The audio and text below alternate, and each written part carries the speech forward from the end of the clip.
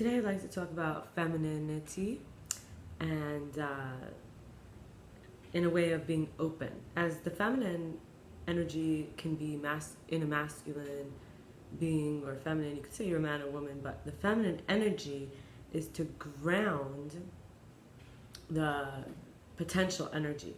So it has a vessel to move through. For example, a potential new life is grounded into a new body. You have a baby. It's the idea of learning to be open rather than seduce. Nothing wrong with seducing is what I'm like.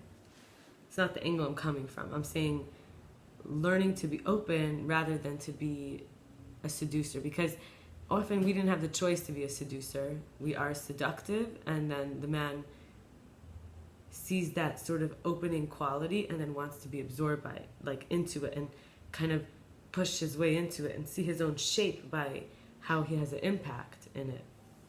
And when we're open, also, we can get downloads. What does this mean? It means that the woman idea is to be very intuitive, very sensory in a different way than the man.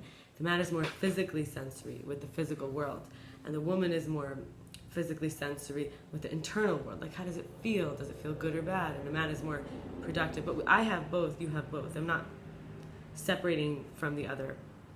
So for example, what are downloads?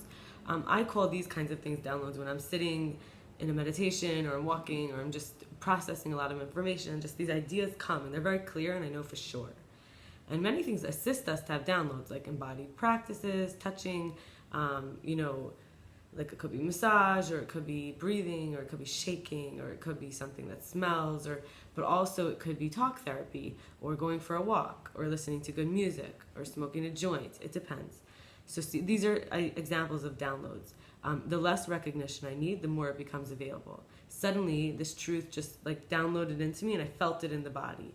I felt the truth in my body, and I knew the less scarce money feels, the more available it becomes.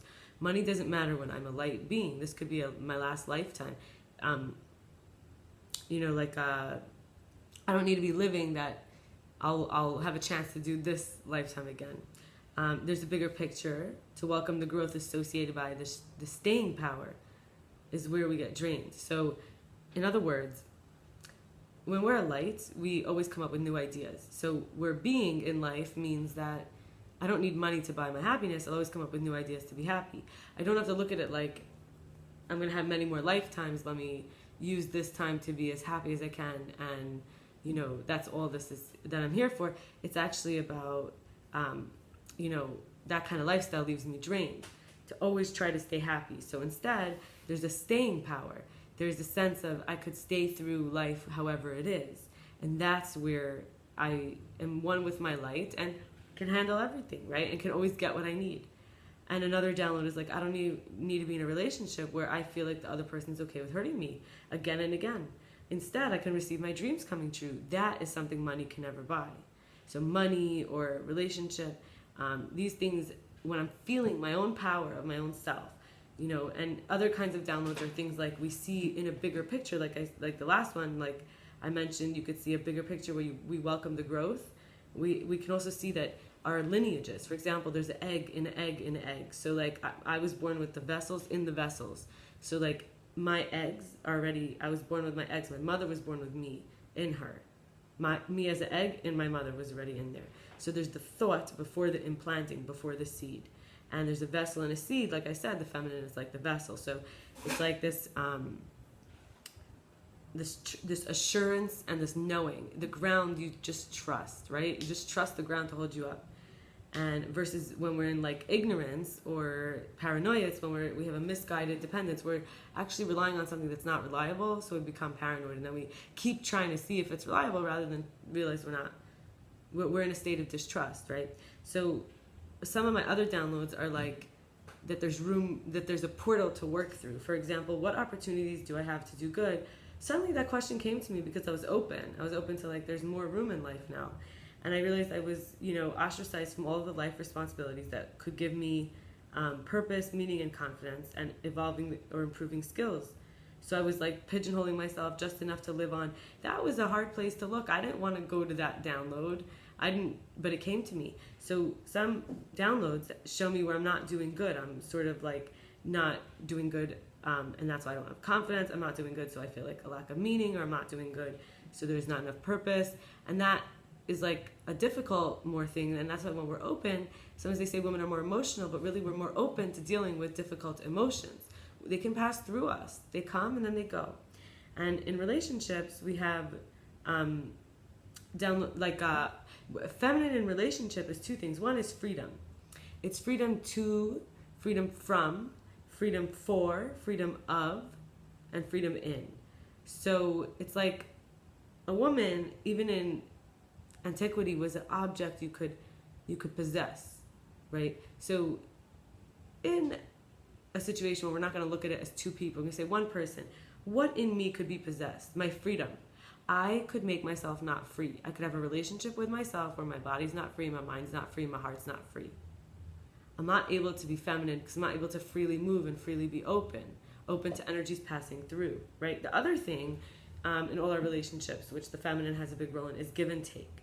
It's saying, like, I want all this, but I'm only giving $2, for example. It's not an equal investment. Dependency is not actually helping. It's an area of vulnerability that could be exploited. In other words, if I'm accepting too little or too much, it grows into dependence. Either one is not growing confident in one's ability, and the true femininity cannot emerge. And I'm going to go a little deeper into femininity. Femininity is because we could say eros. It's like this vibrancy, embodiment, ecstasy. It's like the feeling good. Literally, I feel good. I feel good. I feel good. Like on sensual, physical, and embodied levels. We want to and deserve to feel pleasure. We're validated and seen, feeling worthy. We're engaging with our sensuality. It brings more passion, right, and joy. We become truly self-authentic because we keep shape-shifting in a way. It's like this prophetic kind of intuition. It's like I see this, then I see what's right in front of me, then I see what's over there, then I see, it's a dynamic flowing ability. It's feeling nude in the emotions and in the psyche, confidently. It is radiating loving vibration of beauty. It's irresistibility without needing permission. It is people who want to be in my space because it makes them feel more like themselves because I'm being myself. It's attraction, healing, abundance, all increasing. It's a self-guiding energy of knowing without any doubt. It's more in touch with the cycle of movement, rhythm, phases, and balance than, for example, masculinity, which has to overcompensate because it's expecting to have a stable performance, but every so often things change. So the feminine is about guidance, courage, connection, nurture, because you have to go through these ups and downs and stay whole, which means don't deny these aspects. It's a freedom, right? It's give and take. Because first and foremost, the relationship is with the self. Then it's like we turn to our healing capacities. We learn how to melt. We learn how to be in sacred living. Facilitating a channel, right? Literally the feminine is a physical channel, like a channel in our body, but it's also, we facilitate the channel of service, of empowerment to the children, to the husband, to the community, even in old-fashioned ways, but especially now. Fulfillment and depth, organic, spacious, yielding, right? We think of Mama Bear, Mother Nature, wrapping herself in mother skirts, sitting at mother's feet on the bed, and so on, right? Develop and trust inner voice rather than looking outward and upward, because that's a more lasting intimacy available. So instead of always looking out for the mother, it's having the inner mother. That's the feminine. The feminine is you have these little girls sometimes playing with dolls and being the teacher and playing dress up and all that. Another thing is that there's a horizontal versus like upward here I mentioned. There's horizontal leadership. There's collaboration, circulation, teamwork. Creativity becomes unleashed because there's fluid flexibility, mobility, bending, right? This yielding quality, receptivity to what's new. I'm not too attached to what was. I don't have to hold on so tight. I trust my fluidity. There's also, like I mentioned, feminine sensitivity, which is slightly different than masculine. It's a more toned kind of the real, which is sensual and sensorial. And finally, now, because I mentioned the masculine, it's about surrendering to a healthy masculine, which is a non-wounded self inside, right? It's the one that doesn't criticize, that isn't unstable, that isn't insecure, that isn't abusing power because it feels powerless. And these kind of downloads, for example, that we get, that I mentioned in the beginning, or like the first half, show us versions of ourselves from the future. So there's a timeless element to the feminine, and that's to say maybe that there's these repeating cycles the feminine experiences. And if we think about like family values versus women and kids and men, it's like there's this generation where a large proportion of people, and it's been going on for a long time, is what I hear from the history, that receive benefits like welfare, WIC, EBT, health insurance, Medicaid, and so on, right? And it's like the woman and the kids in one package, scarcity, lack, shortage, and then the men are separated into not being providers and protectors. And this access to resources, there's classism, right? So these are people who are kept separate. They're not supposed to have a family. And it's like, otherwise when you have a family, you have a good job, health insurance, benefits, and so on. So our media even in a way, like thinking about media is there's sound bites for the sake of provoking, not caring about doing in the name of truth, condoning based on disagreement, manipulating angles to get followers, attention, currency, negative versus positive, people that are different than me, hate me, displacing someone to fit in, addiction so people don't become thoughtful. It enables us so we lose confidence and adaptability. It looks like the media masculinizes us. So like I said, it's provoking, not caring about doing things in the name of the truth, right? It's just superficial on the outside, condemning on disagreement, manipulating angles to get followers, attention, and currency. And people that are different than me hate me, so it's really separation, division, provoking, it's wanting power. It displaces one so the other could fit in, and it's about addiction instead of enabling someone, right? It creates this dependency. People lose confidence in themselves. So this clearly shows that it's an imbalance. This is leftovers from the patriarchy in our news system, in our media system, even in our social media systems. And the last topic I'd like to share about is called living in harmony, which has to do with the feminine and the masculine. So hearts are made for love, kindness, compassion, not separation, bitterness, or regrets. The heart is the true sanctuary. So we're going to equate here, just temporarily, the female with this heart aspect. And we're going to say dehumanization comes when you just look at the superficial. When you're in a masculine state, which is the categorization, the labels, the external, the very left brain ideas, it's valued by a characteristic or a trait. It values the human by how strong you are, how smart you are, how rich you are. So in other words, your race, your job, your size, your class, your name, your home, even by your illness or education. And fountains of wisdom flow when we focus on the heart's goodwill. So that sounds like a mother, right? That sounds like somebody who's saying, I care for you and I'm going to invest in you even though you're not of my own body. It may not even be my kids if it's a nurse or, a caretaker. There's fountains of wisdom that flow. That's what it's saying here. So if not for thee, I would not have created the world. That's God saying each one of us is a whole world. And only, it looks like what being the feminine is actually loving somebody unconditionally. It's being that portal between God and the world. We all have inner masculine and feminine. So again, this is not woman versus men. What I'm saying is this idea how happy the soul is when it has practices caring for it, that when all interruptions come, it's okay. Again, it sounds like a mother, right? Spiritual mastery seems to be about the feminine being able to shine. What seems weak is very strong. It's about the heart being the most precious when it's in distress. It's when it's ruined is when there's storehouses of creativity come. When a man is at his lowest, a woman loving him is the most precious. The ruined, empire, if she stays with him, she really loves him. So that's this, we learn this from like God. Like we stay, even when we're in distress, we stay with God. God loves us more than ever. Like, it's a servant, God and us, and it's like this being the servant of a heart.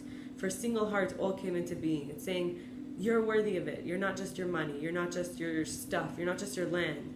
And it's having patience for others because we take off this emotional armor, and it's called disarmament. We remove the charge. We remove the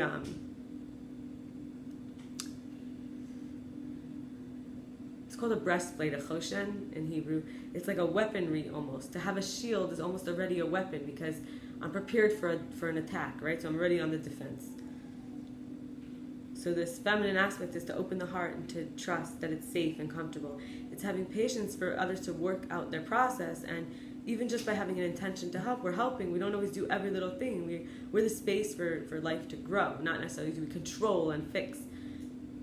A healthy feminine is not manipulating everything to the way that she thinks it should look. And, we're not always guaranteed to hear welcome back, or,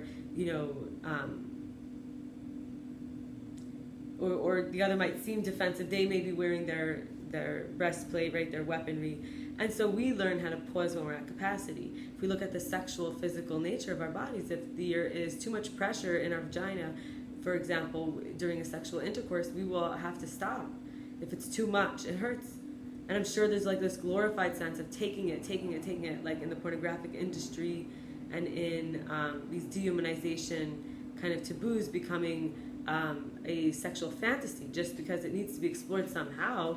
And so it has to be explored in the shadow of the shadow. But here, when we're looking at it, we would say we're not micromanaging the message, right?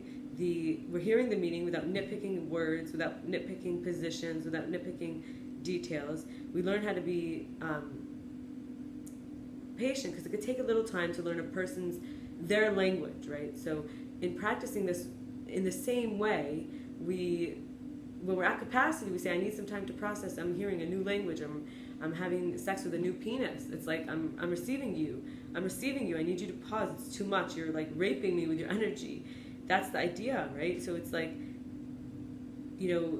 making it so women are exposed to messages where it's not considered rape because it's too much. She's not supposed to say no. She's not supposed to say I changed my mind. We almost like deny this guilt and the shame over our limits, but actually as a woman, the healthy feminine reclaims guilt and shame in a way so that we can process them for ourselves rather than blame anyone else. And we can actually pause when we're at capacity. We can hear our needs and address them directly, and we can be direct in our self-care. And in such a way, we are able to be the self-care for others as a beacon. I don't mean the self-care like for their self, but I mean the care for the self in the other. That the other one feels cared about of their self, not for what they do or say, or their position in the world, or their education, or even because they're so needy, they're not more valuable to you because you want someone to help. So that's really healing the feminine, and I hope this was interesting. I look forward to tomorrow sharing another video, and I wish you a good day. Thanks for spending this time with me.